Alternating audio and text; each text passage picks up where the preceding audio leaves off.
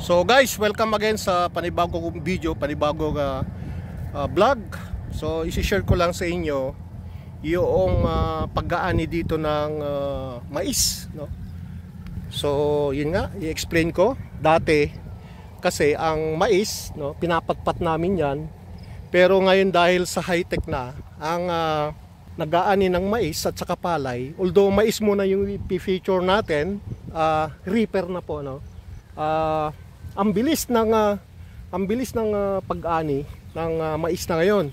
Unlike before na pinapatpat namin, tapos tinutumba, saka namin kukunin yung bunga, no? Kukunin namin yung bunga.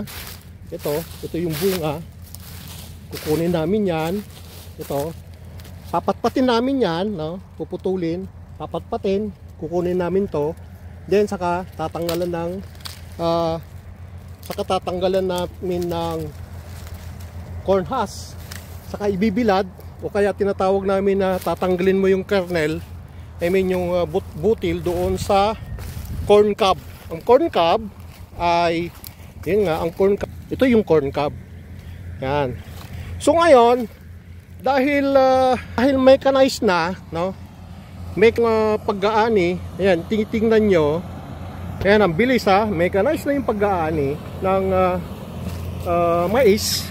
So makikita nyo, ito na lang yung itatapon. Ayan, ito na lang yung tinatapon. At makikita nyo yun yung balat. So ang bilis, tingnan nyo. Ayan. So ayan yung high-tech na farming dito sa Pilipinas. Ayan. So gumagamit sila ng harvester. Okay, ang bilis to. Oh. Ayan. So meron siyang operator nung makina, nung machine, dalawa yung nakaabang doon sa pagsasapo ng mais. Yan, medyo malikabok lang, ano? Sa ngayon, nandito tayo sa gitna ng cornfields. Gusto ko lang ma-share, no, yung pag-aani, no, ng mais. So, yun, ito, this one will serve na magiging ano na to, fertilizer. Ayan. Okay? So, bilang mushroom farmer or grower, ito, nanghihinayang ako dito. Nanghihinayang ako. Itong corn husk na to ay pupwede, ano? Pupwede. Dami nyo, tingnan nyo, dami nagkalat, oh. So, pupwede itong patubuan ng kabuteng pamaypay o kabuteng saging. So, may technology dyan kung paano magpatubo ng kabute dito sa corn husk na to. Yan. So meron niyang mga ginagawa, no? So nanghihinayang ako dito sa mga agricultural ways na pwede mo namang i-convert into money. Kasi kapag nakapagpatubo ka ng kabute, may ibenta mo, may pera.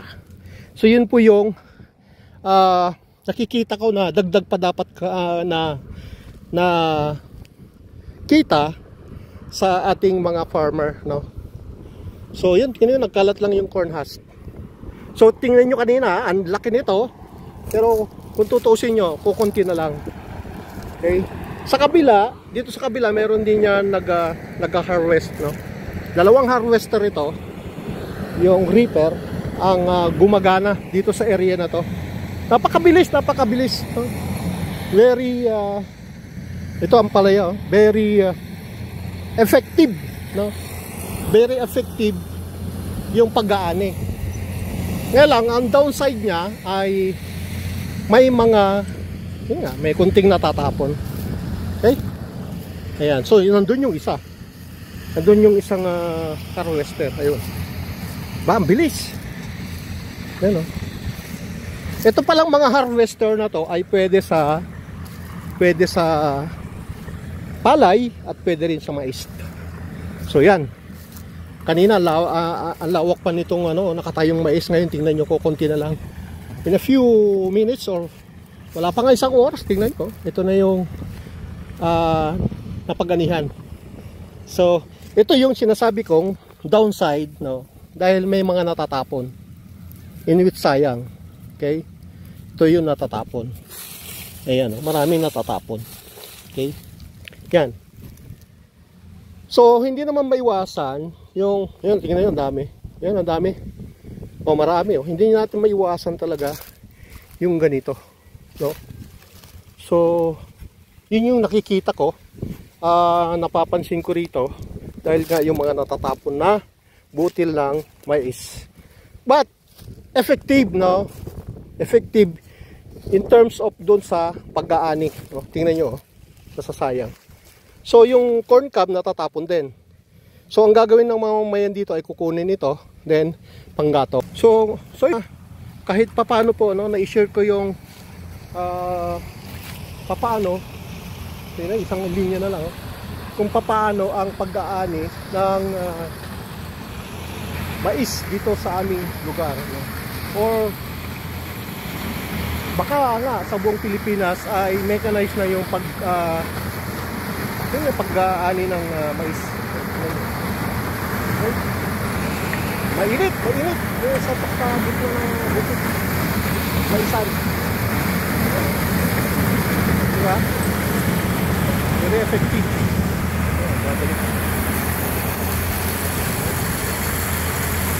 Diba? Napakabilis. Ang bilis niya. So wala pang kalating oras. Tingnan nyo naman yung dinaanan niya. Halos nauubos niya yung isang area.